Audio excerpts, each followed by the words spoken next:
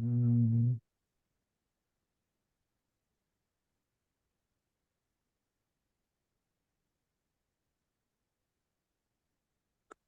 Good afternoon, folks. We're letting people get into the session here, so we'll wait just a minute, and then we'll be started with our roundtable.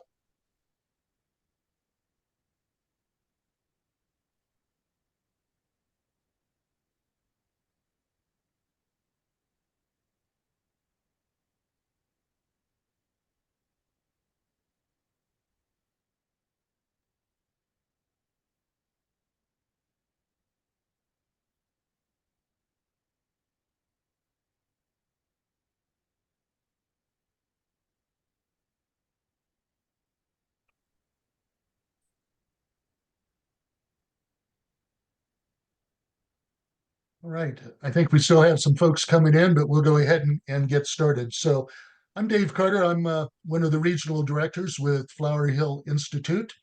We have the agreement with USDA's Agricultural Marketing Service to coordinate the network of organizations that AMS pulled together a little over 2 years ago to provide technical assistance for smaller meat and poultry processors. And part of our work is to provide as much information as we can to folks that are involved in developing either new enterprises or expanding existing one. And one of the areas that is a critical point for many processors is how do I put together my financing package, particularly as we see some of the grants that are out there that cover 30% or 40% or whatever, and they're trying to build the rest of the stack. And how can they do that while conserving their capital? We had promoted this as a leasing webinar, but actually it's more on a broader range of alternative financing. And we're really pleased to have two gentlemen here that have got a combined more than 40 years of experience in this field to provide some information. So Ian Liddell is with the Summit Funding Group out of Ohio, and Danny Stewart is with Providence Capital Funding out of California. And these gentlemen have a wealth of experience and expertise. Nicole Mass from our team will be sort of behind the wall there and helping to facilitate. And as we go forward, if you have some questions, type them into the chat. And after we have a little bit of a conversation, then we'll get to the questions and try and get to all of them if we can. If not, we'll provide you with some email answers afterwards. So first of all, this is being recorded and it will be posted in our toolkit on our website. And then we will also be putting together a FAQ document to accompany that. So you'll be able to go on and check some of this information going forward. Also, following this roundtable, we will be sending out a 2-question questionnaire. And we just asked two things. Number one, what are your thoughts on this roundtable? We're always looking to improve these sessions. And secondly, what are some topics that you'd like to see us tackle moving forward? So be looking for that. So as I said, Danny and Ian have a vast background of experience. So first of all, gentlemen, I'm just going to have you introduce yourselves very briefly. So Ian, why don't you take the lead? Sure. My name is Ian Liddell. I work with the Summit Funding Group based in Cincinnati, Ohio. I've been working extensively in the meat processing industry for about 20 years, providing financing and also leasing, and welcome the opportunity to be a part of the roundtable today. My name is Danny Stewart. I'm with Providence Capital Funding, based in Orange County, California.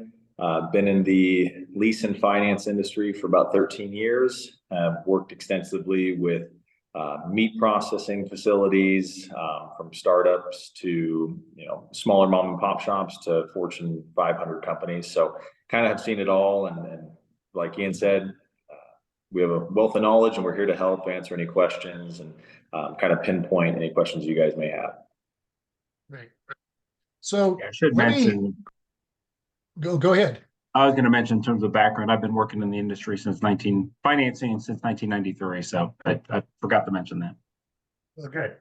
So when we were talking, sort of planning this the other day, you both mentioned that rather than calling this a leasing roundtable, that we really ought to focus on financing alternatives.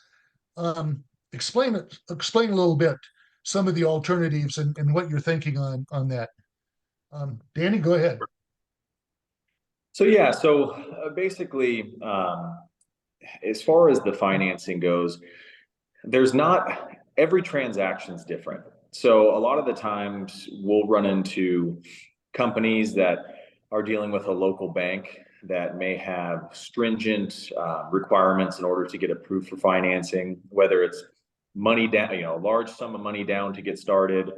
Um, Obviously, capital requirements are very important when you're operating a business. You want to hold on as much capital as possible for startup costs and then also for expansions. So they may get a little intimidated by hearing these strict requirements as far as how much money down, credit requirements, and then also leaning up, real estate, other assets, the receivables, et cetera. Where we come into play in our realm for the leasing and equipment finance is that we can structure transactions to where we don't need large sums of money out of pocket. A lot of the times it's no money out of pocket up front.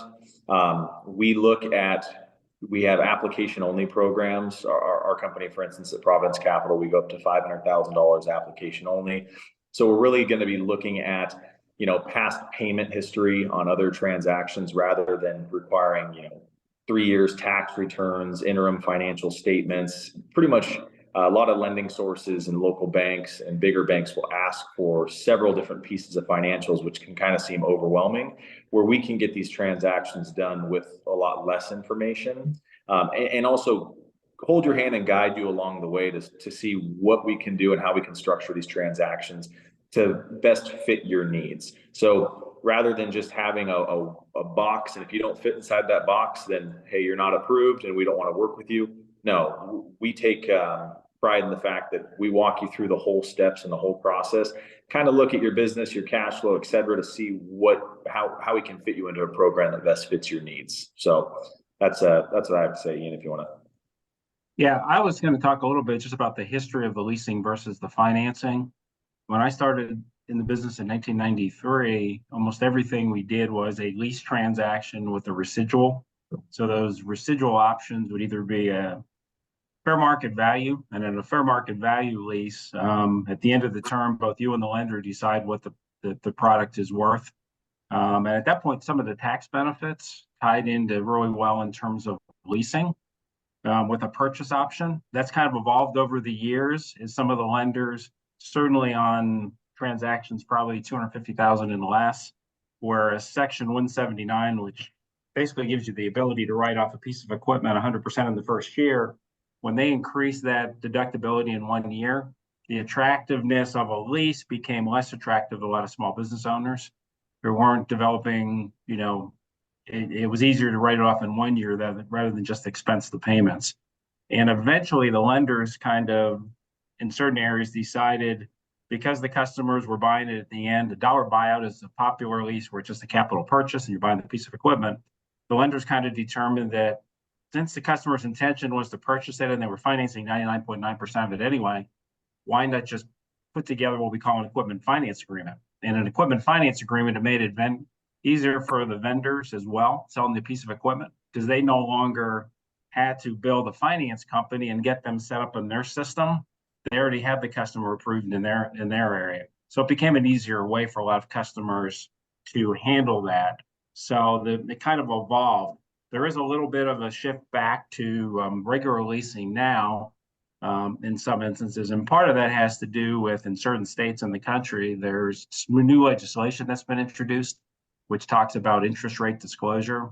Right now, there's 2 states primarily involved in it. One of them is California, where Danny's located. So any transaction on an equipment loan requires a disclosure agreement. On the equipment lease scenario, because you're not purchasing it, the guidelines are a little bit different on that. So there is that option. But in essence, part of what Danny said is sort of the process is easy, but for a lot of customers, they're wanting to write it off anyway. And there's a little bit of a perception when they're leasing a piece of equipment. Some people have the perception that they'll never own the equipment. Well, with the dollar buyout, that was the intention anyway. So it really made it more transparent, made it easier. And in a lot of the transactions required less back and forth. So, leasing and financing is still available, but that's kind of a little bit of the evolution in terms of why you have equipment financing, equipment leasing.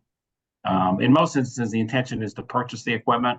There is areas like in the forklift industry where you're constantly replacing equipment every 2 or 3 years, where you don't want the equipment at the end. You're just going to replace it with something else.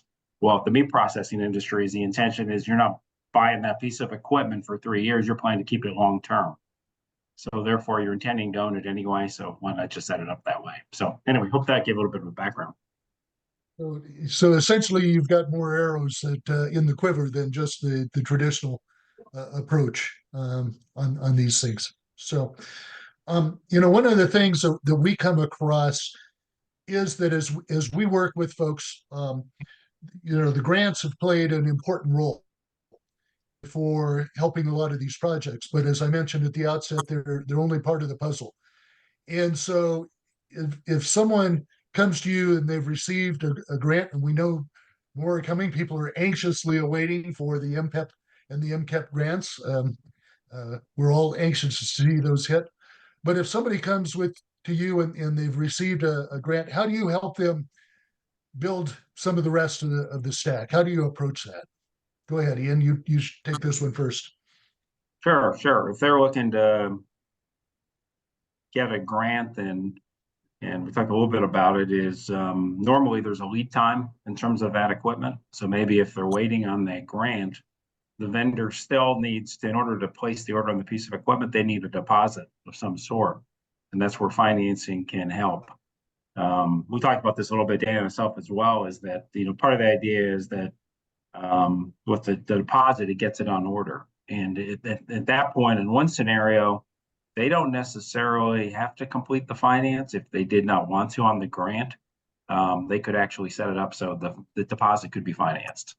And if the intention at the end is to go ahead and finance it, then they just have to make sure that it's within those guidelines. Yeah, I mean, if I could chime in as well in regards to that, as he mentioned, I'll just piggyback on that. We have a lot of clients that will obviously, again, with purchasing new equipment, it can be very capital intensive, and these businesses are very capital intensive as it is. So rather than using your own cash to put the deposit down on these so that they can get started on, as Ann had mentioned, with lead times. I know with COVID, when we were used to a month, 4-week lead time, it turned into 6, 12, just crazy lead times. And now we're seeing, it differentiates between which vendor and manufacturer, depending where the equipment's coming from, if it's coming from overseas, if it's being built here, what the backlog is. But rather than if you're buying a $200,000 piece of equipment, they ask for 50% deposit in order to get started on that. Rather than you having to put up $100,000 in capital yourself, we would go ahead and put that deposit down for you and just finance that deposit up until the time that the grant is issued to you.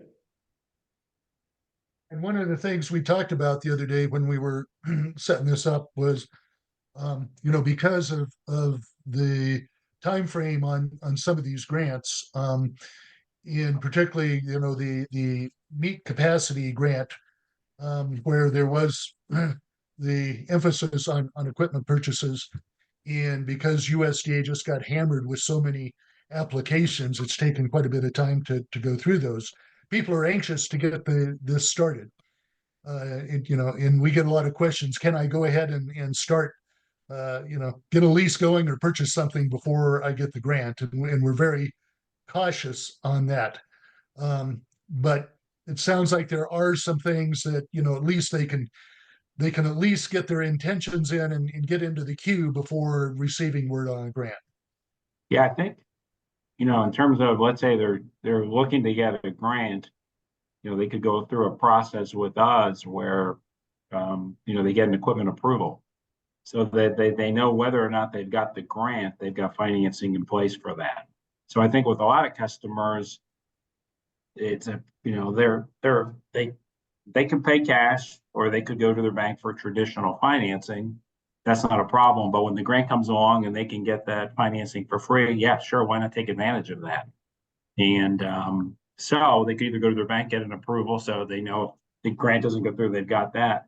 With our process, we can really on an application only project anywhere between 250 and half a million. Because of our underwriting process, they could, because we look at how they're paying their bills versus their tax returns and financials when we're doing application only, they really, in a matter of, 24 to 48 hours, they know if they're going to be approved for an equipment loan. So that may give them the confidence to go ahead and proceed with the grant, knowing that if the grant doesn't come through, they've got financing, fair, affordable financing in place, which can either complement or replace it. Yeah. Danny? Yeah, and business is business. As Ian mentioned, having the confidence of knowing that you have that approval in place, and you do need this equipment to help your facility be more, efficient or whatever it may be. Whether the grant comes through or not, knowing that you have that approval there is it's something to fall back on and to know that, hey, we're still going to get this equipment and it's still being in production. So the last thing you want, is to wait for something if it doesn't come through and you still didn't place the order. And now you've had 15, 20 other customers that have placed orders for similar types of equipment. And now you're on that backlog to where the lead time is another 3 to 6 months on top of that. That's what we try not to have happen. So by securing the financing and the approval and putting it in place, it gives you that sense of security to know that, and as Ian mentioned, it's not a long drawn out process, depending on the dollar amount. It's, he mentioned, it's application only. So we literally take an application, possibly a couple months bank statements, and we have you approved for the financing within 24, 48 hours so that with confidence that you have those funds available. The other factor to consider too is the benefit of ordering the equipment now rather than later is inflation's the ugly thing in the room, right? So if you wait on ordering the equipment, there's a good chance that equipment is going to be more expensive in 3 to 6 months. Yep. So by placing the order now, you lock in the equipment cost. The other factor too, I guess thing to keep in mind is if you're getting a grant money, sometimes what you anticipated, the amount you would need ends up being a little bit larger. And perhaps the grant doesn't cover that. So by having an approval in place for equipment, you've also built in some insurance. So you now have an additional amount that you could tap into if the grant did not cover the whole cost. And I think this sort of leads into, one of the questions I see Brennan just put into the chat. Can you explain a little bit more the application review process and how you vet your applicants? So whoever wants to tackle that first. Does it mention an equipment cost on that question? I didn't see the chat box. No, it just says, can you explain your application review process and how you vet? And Brennan, if you want to type in something there on equipment costs, please do. Yep. And the one thing we tend to look at, our financing traditionally is for customers that have financed something in the past. They have a little bit of a track record on the equipment. So startups are certainly something that we can do. I would say probably 3/4 or more, 80% of the projects we're financing are with customers that have been established. So the underwriting for us, it can vary. We're application only, typically up to 250. I do have some where it's a little bit larger than that, but what that means on application only, maybe I'll clarify what the regardless is. That means you list the LLCs being established. We're typically looking at how they're paying their business bills. That's handled in usually 2 reports out there. One of them is called Dun & Bradstreet, which everybody's typically familiar with on how you're paying your net 30 and some of your equipment loans. But there's also there is a business report out there called PayNet, which most business owners aren't familiar with. It's owned by Equifax, and it was created to basically report anonymously installment debt. So that's with those tools in place in a credit report, because you're not reviewing tax returns and financials, you're usually looking at an approval the same day. In some instances, they may come back and ask for bank statements, and if you produce those, same thing. But most of the transactions application only, because of the credit scoring in place, can be decided that quickly. And just to chime in, Just as a little background, Brendan just typed in that, yeah, he was putting in the range of 250,000 to 5 million. So broad range there. Go ahead, Dave. yeah. So both of those are going to fall within, as mentioned, our company, we do up to application only up to 500,000. Now, obviously, to kind of piggyback off what Ian said, what we will look at is if the business is established and they have financed equipment solely under the company's name, then what we do what's called a corp only borrowing. So it's basically strictly under the business. If there is no established business credit, then we will typically ask for a personal guarantee from the owner or owners of the company. Now, with that being said, none of the financing, even with personal guarantees, reports on your personal credit. So there's Experian, TransUnion, and Equifax are the 3 bureaus for personal credit. So even though you're signing a personal guarantee, again, none of this falls on personal credit. It's just going to be attached to the business credit to help you establish and build that business credit. For our company, for instance, a lot of times is that underwriters will look for a comparable up to, say, 50%, which means if you're looking to finance a piece of equipment for $200,000, they want to see that you have established credit and financed a piece of equipment, let's say $100,000 in the past, and you've made over 12 payments, 1 year established on your PayNet report, which is the business credit. We also underwrite based off of personal credit. So for instance, if you have an auto loan that you purchased for $70,000 that you made over 12 payments on your personal credit through, Ally Financial, Ford, etc., we will view that as a comparable. So you will get up to 200% of that. So if you finance $70,000 on your personal credit, we can issue you up to $140,000 in financing. So where traditional lenders and banks are going to really dive into other aspects, we kind of look at the whole picture of personal credit, business credit, and we can get more creative with what we do approve, because we have a large portfolio of meat processing facilities, packaging facilities. So this is not where a traditional or a local bank may look at a transaction as the first deal they've underwritten for meat processing equipment. I mean, we have tens of millions of dollars, if not hundreds of millions of dollars, that we financed in this type of asset. So we've worked with companies such as yourselves in the past, and we've seen it all. We've seen from, as I mentioned before, the small mom and pop shop to the Fortune 100 company. So we know how to navigate with the underwriters and how to get these transactions approved. One thing that also may be helpful to know too is, even though it's equipment financing, there's a lot of non-equipment that can be incorporated into that. So if you're doing a project, let's say $500,000, and 300,000 of it is equipment, but there's another 150 or 200,000 installation, shipping, setup, that kind of stuff, that can be included. So really, we're doing 100% plus equipment financing, because you're doing equipment outside of that. The other thing to consider too is, in terms of money down, for established companies, most of what we're financing is 100% financing. So you're not having to put 10% down. You're not having to put 20% down. There's even things out there with where equipment lenders can be creative. We have 3 different programs. One's a 3-month deferral, one's a 6-month, one's a 12-month. So not only can you order the piece of equipment, but you can in essence set it up so you might not pay very small payment the first 3 months. Let's say $100 for the first 3 months. So that allows you to not only pay for the equipment and put it in place, but allows you the ramp up time as well. So therefore, you're making 3 months while you're getting it set up and working.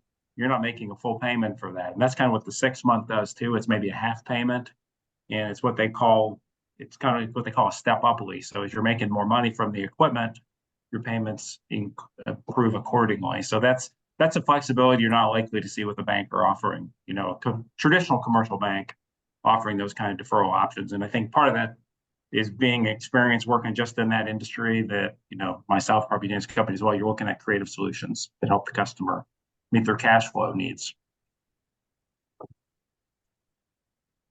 So I'm going to combine two things here because you've covered a little bit of this, but as somebody typed in the chat, is it more complicated if you are a startup rather than an established business? Well, I won't include the two things. First of all, yeah, why don't you just talk about um, how you look at things in startups versus established? In terms of startup companies, sometimes startups may not be startups in some respect. Maybe they may processing industry, but maybe they produce their own product and they're opening a retail location. So the retail location may be a startup, but they've already got background experience related directly to that industry.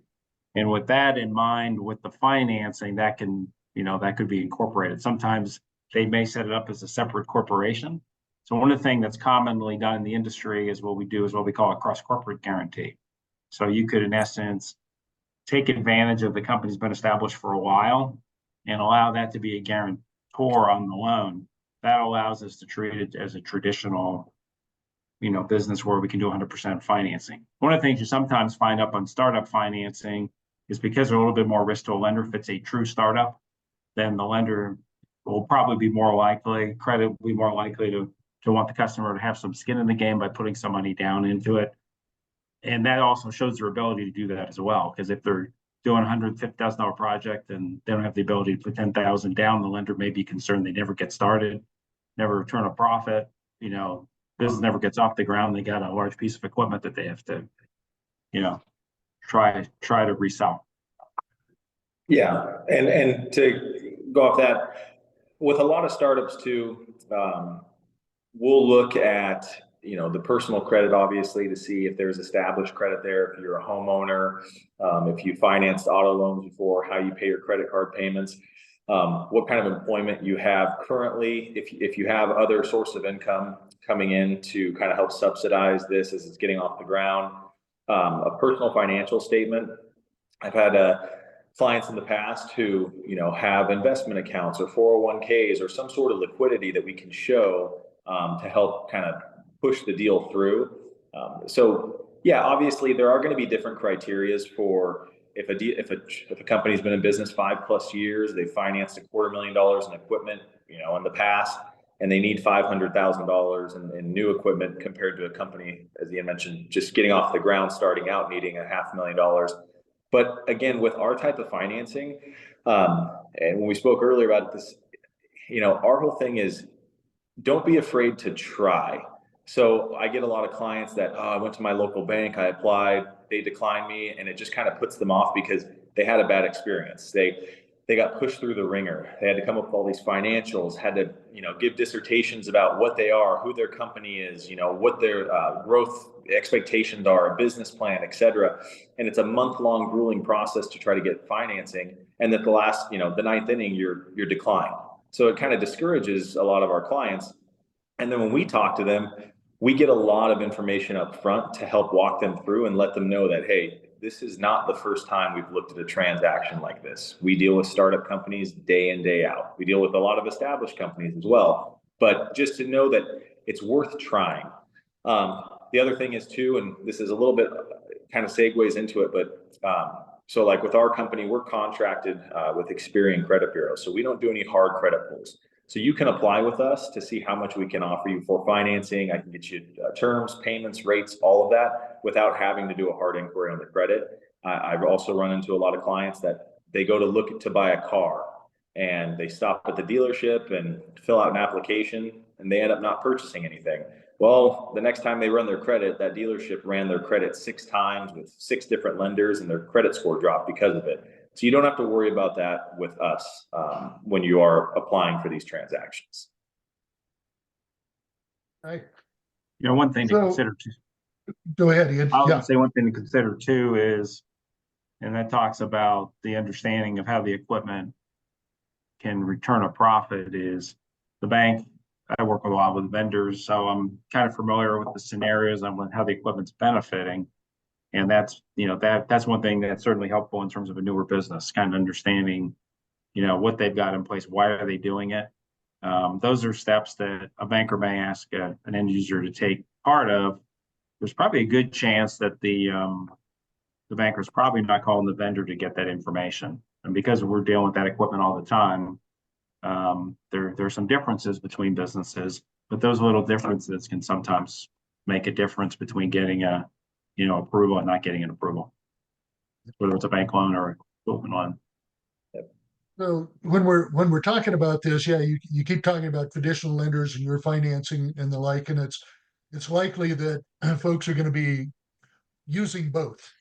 And so, what do you recommend in terms of coordinating with their traditional lender and what you're going to bring to the table? How can that fit together so that they're not operating in silos?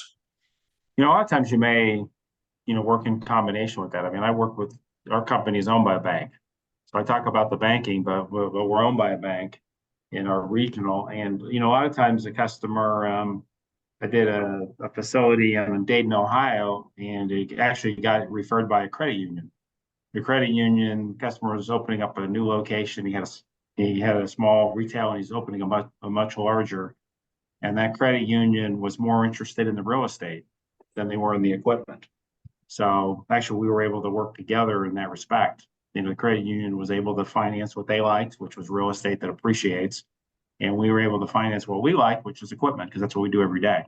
So when they're working with their partners, sometimes they have a feeling that somehow their banker is going to be miffed that they're trying to find alternative financing for the equipment. Believe it or not, in a lot of instances, they encourage that. They encourage the fact that they have other alternatives to it. That may allow them to, maybe finance more of that real estate than they would, because a lot of times there's a cap on how much the traditional lender may lend. Or so the idea being is we can work in combination.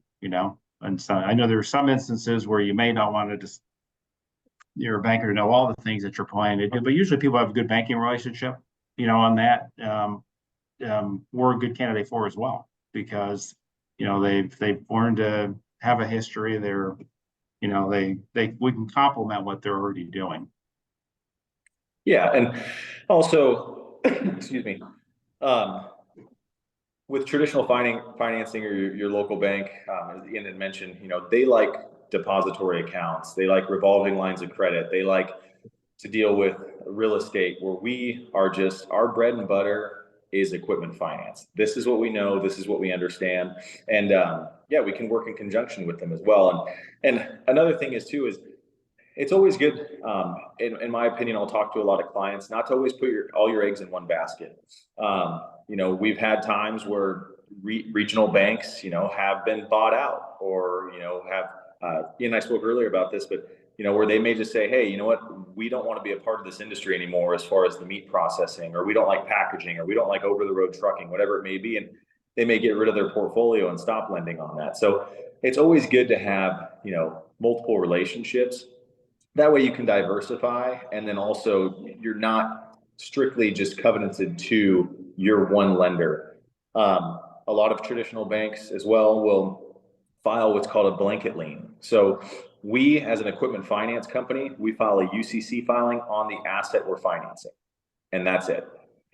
With a lot of traditional banks, which I've seen, or local banks, they'll do what's called a blanket lien. So basically, if you are financing equipment with them, because you do have depository accounts with them, you also may hold some real estate with them, they will put a lien on all of your depository accounts, all of your inventory, your receivables, your real estate that you own, along with the equipment. So they're pretty much encompassing all of your assets just to finance that one piece of equipment, to where they may have a stronghold later. I ran into a situation recently where I had a client who, they applied for financing with us.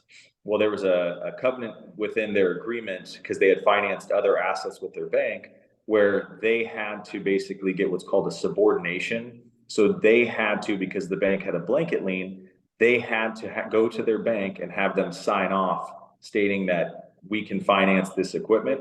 But with that also, they had to have the opportunity to finance the equipment. So it's always good. I mean, obviously, your local bank and who you bank with, it's important. It's a very important relationship to hold, but it's also good to diversify and have other avenues for financing as well.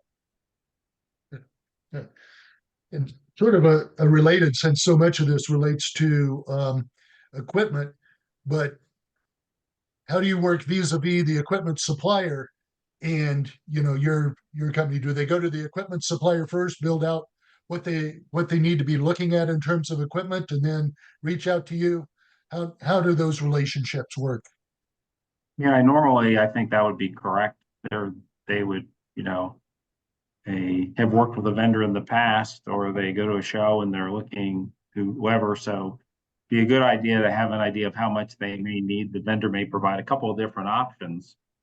But by knowing that in advance, most credit guys, when they're approving something, I know on our end, they prefer to see a quote because I guess from an underwriting standpoint, might as well get them approved for the amount it's going to be rather than it to be too small and have to go back again on that. So you can provide options. So I think, first step would be go to the vendor. In some instances, they may not have decided who the vendor was. Maybe they're choosing between a couple, and that's fine. If they're still in that process, they don't have to necessarily have finalized or signed their quote with that vendor. But definitely a good idea to understand why, how much the project's going to be. And also something real simple is that they go to the vendor and say, okay, what are some of the non-equipment costs? How much will it cost to ship it? How much will it cost to install it? So they could incorporate all of those in there. And in our world tradition, we've got, if we approve a customer for financing, one thing just to mention, normally you're going to have a 10 or 15% variance. So if the cost does come in and above, it doesn't mean you have to go back and get that reapproved. You can handle that within it. So. Yeah, definitely. And then also another aspect too is, we deal with these vendors day in, day out. So we work with you to contact the vendor or the seller of the equipment, handling the invoicing, the wire instructions, understanding what the equipment is. And since we financed so much of this equipment in the past, we're not scratching our heads as to what is this asset, what does it do, where to kind of fall back on the last question we had talked about, where a small local bank or regional bank or traditional lending, they may not have a large portfolio of these assets. So, ninth inning, they may be coming back to you saying, hey, yeah, you're approved for up to $500,000 on an equipment credit line. But what is this equipment? We don't really know the resale value. We don't know the asset value. How is it broken down? So there's a lot of different caveats that go into that to help streamline the process. That's why it is good working with an equipment finance company. One point maybe to mention too, people may not know this is obviously we can finance new equipment, but maybe there's a project involved where there's some used equipment. And that could be through an equipment vendor that's selling the equipment, but there are also options too where they maybe have found a particular piece of equipment where there may be a private party that maybe, who knows, maybe they bought the equipment, maybe they even got a grant for the equipment, but they're looking to sell the equipment. Maybe they've decided there isn't a use to it. So in our world, we've got the flexibility, that's pretty common to get involved in those projects as well. In terms of the age of the equipment too, for the most part, there's flexibility on that too. Most of the stuff I worked in meat processing, it doesn't tend to be older equipment. That might be more common to construction, but who knows? Maybe there are some instances where, somebody may have some availability. So I thought I'd mention that. Good point. Good point. I'm going to switch gears just a little bit because in this, and Jim, excuse me if I don't get all of your question right. We might do this a little bit after the session here. But Jim from North Carolina is talking about what are some ranges, rough estimates on ranges of lease rates on facilities. If they're looking at leasing, in this instance, it's a slaughter and chill facility with no. Is that something that you guys handle, or you specialize more on the equipment side? Say that again. I'm sorry. You were saying This would be on the facility itself, leasing the property, the real and estate. any ranges there. Oh, okay. Is that outside your purview, or yeah? Yeah, you're saying real estate, not equipment. Right. Got you. Yeah, that would be more a traditional bank thing in terms of, leasing real estate property and things of that nature. Yeah. So I typically just deal within, I do have, contacts that I do reference and referral out for companies who are looking at acquiring or leasing a building. So we do have those. It just would not be ran through my company. I'm sure you have contacts as well, yeah. That's the same way, yeah. Actually, part of the banks, if it's regional, that's the case. If it's in another location, then yeah, yeah, definitely may be some opportunities. Yeah. And what Ian had mentioned earlier too, I mean, we get reference and referrals from, I'll get references and referrals from local regional banks and credit unions who can't finance equipment, and vice versa. You know, if it comes to someone needing a revolving line of credit, or, you know, needing a real estate transaction, that they'll come and ask me. Happens all the time, and I'll typically refer them to, you know, some trusted people that I've worked with in the past. Okay, great. So Tanisha here in Colorado is asking, I'm having to an issue fund, I'm trying to fund capital for the building to operate. That's the same thing. That's more of an equipment. That would be more of a traditional lender rather than the services you offer. Yeah, And for both of those, yeah. One thing I was going to mention is there are working capital type of scenario programs that are out there a little bit. So if somebody is looking, you know, we have one underwriting in respect where they may approve for equipment, but there may be some unexpected, even above and beyond that 30 to 40%. So there are some products out there that, you know, can underwrite that talk to working capital a little bit. Yep. Yeah. And I would just mention, stay tuned, folks, because we are planning another roundtable here in a few weeks. We have it penciled in for June 13th. There will be more on the traditional financing for your facilities. So we know that this financing is a complicated topic, so we kind of wanted to separate it.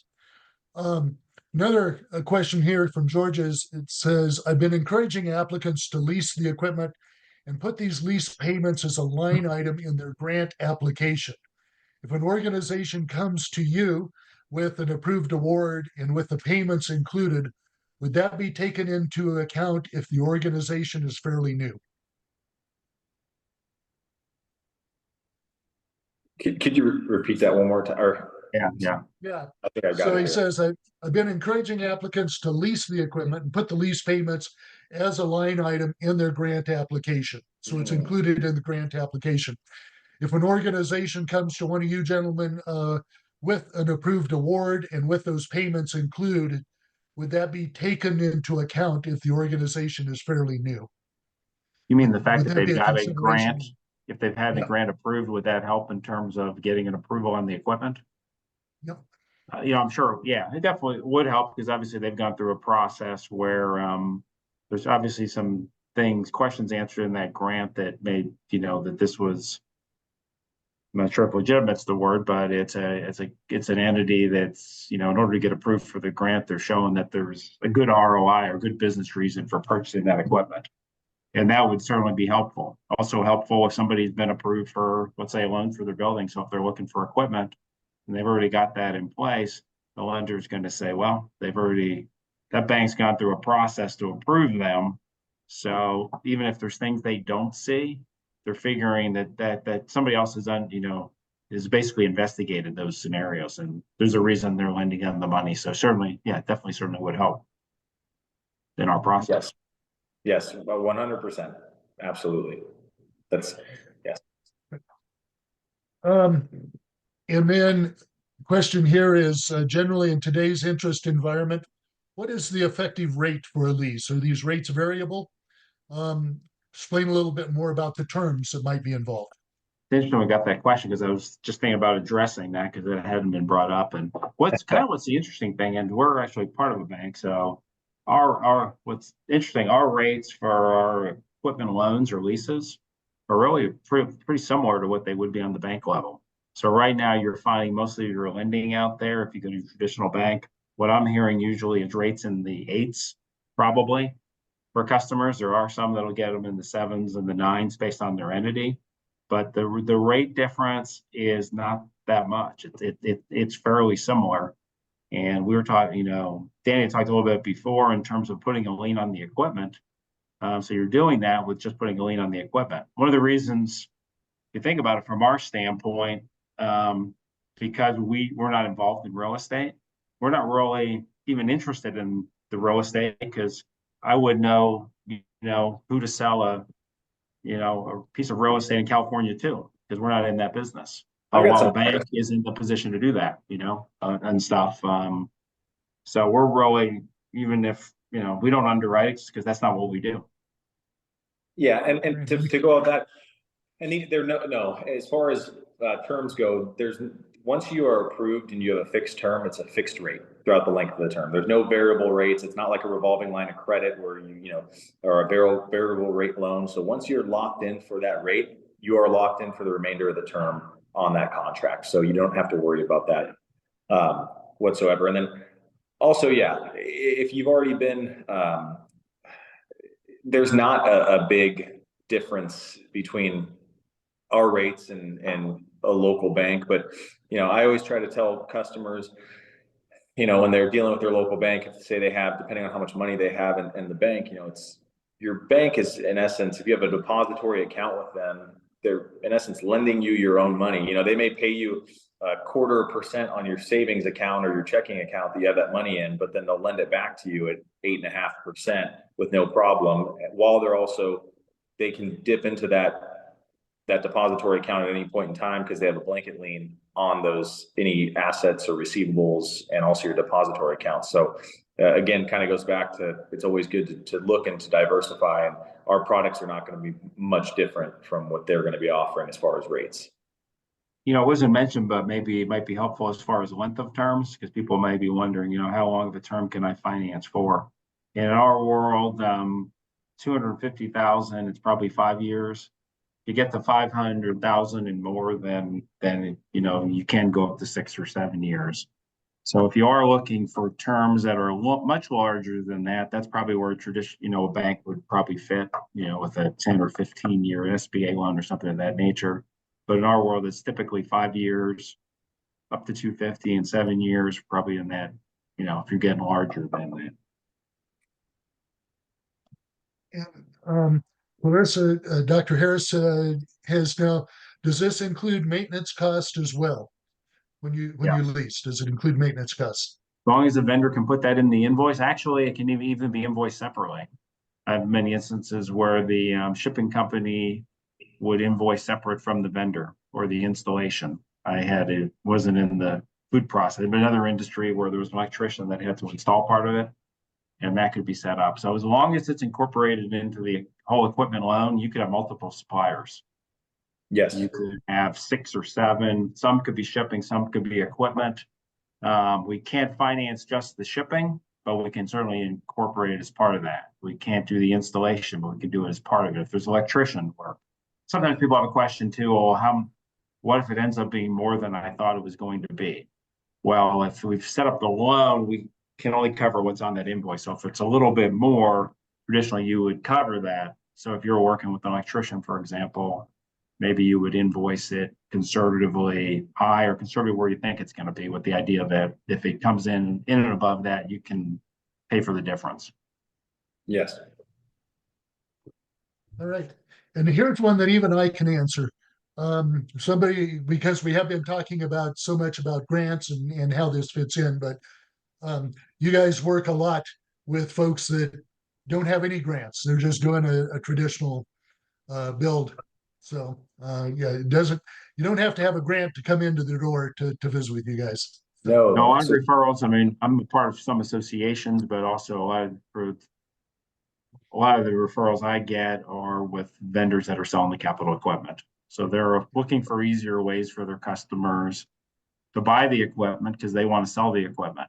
And the benefit the vendor has too is that they kind of know where it is in the process. So that makes them feel more comfortable as well. So yeah, a lot of our business comes through vendor referral partners, which I'm sure same thing with Danny. Yes. Most of it. Yes. Great. Nicole, I think we've gone through most of the questions in the chat. Let me know if we've overlooked any. If anybody has another question, type it in here. But let me just throw it back to you guys, and anything that we need to add, anything that we've missed here that folks ought to know before we wrap up. Danny, why don't you take the first stab at it? I think the biggest thing is really just to reach out. Obviously, our contact information is going to be on here. So any questions that you have, there's there's no one transaction is the same as the other. Every single deal is different. Every business is different. How it's operated is different. So you may have a specific question that is just specific to your exact business. And as I mentioned, we've pretty much seen it all. So we're really just a wealth of knowledge to kind of help you along the way with any questions you have. By all means, please do not hesitate to reach out. This is what we do day in and day out. We help put people in business and help continue and grow their businesses. And that's how we make our living. So we want to help you make a living. Yeah, I would echo that. I need to consider as well, we referenced it a little bit at the beginning, but Section 179 is something out there that is the benefit of getting equipment. And there's a bit of a perception, sometimes people think they have to buy the equipment in order to get that Section 179, and that's not the case. They can be financed, and they can take the same benefits from doing that. So, if you're working with your financial advisors, your accountants, things of that nature, by all means, talk with them on that and ask those questions in terms of it. And really, I think that the thing is there's in terms of any times you're applying for financing or equipment, there's a personal aspect to it in some regards. So yeah, what Dan's encouraging, reach out, talk to people on it is, ask for terms, and go from there. Oh, great. And I know Nicole is going to put up the information here with your contact information. So as always, my contact information is up there. Feel free to reach out to us for technical assistance as we go forward. But here's the contact information for both Danny and Ian. These gentlemen have been a wealth of information. I think they'd be happy to get on a phone call with you or communicate by email to answer any additional questions you might have. And as I mentioned at the outset, we will be putting together an FAQ document to go on the website, and a recording of this roundtable will be on there as well. Stay tuned. We are planning a roundtable on other financing opportunities and needs for meat and poultry processing, hopefully tentatively scheduled on the 13th of June at this time, if all of our participants can make that work.